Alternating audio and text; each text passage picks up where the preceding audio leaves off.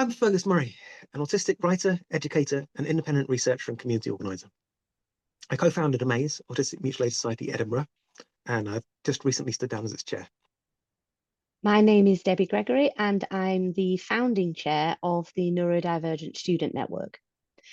Our chapter is titled Neurodiversity in Higher Education, Reflections from Lived Experience. I asked Fergus to write this chapter with me because I felt our shared experiences of supporting neurodivergent individuals, both within education and within the general community, enabled us to bounce ideas off each other well, which turned out to be accurate. I felt this chapter was important to include in this particular book because the support changes between formative education, further education, and higher education are something that needed discussing from the student perspective.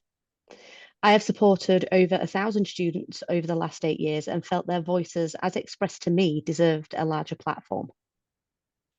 We met through the Neurodivergent Student Network when I was studying some standalone modules, initially for the sake of my teaching career. I've done a lot of work around the inclusion of neurodivergent students at school, and I spent a lot of time talking to autistic researchers and adult students. I can see a lot of the same patterns repeating in different ways around people's needs not being recognised or believed, and old-fashioned ideas held by inflexible institutions getting in the way of positive action. While neurodivergent voices are undoubtedly being utilised more often in research and policy discussions, there is still a disconnect between needs and resources.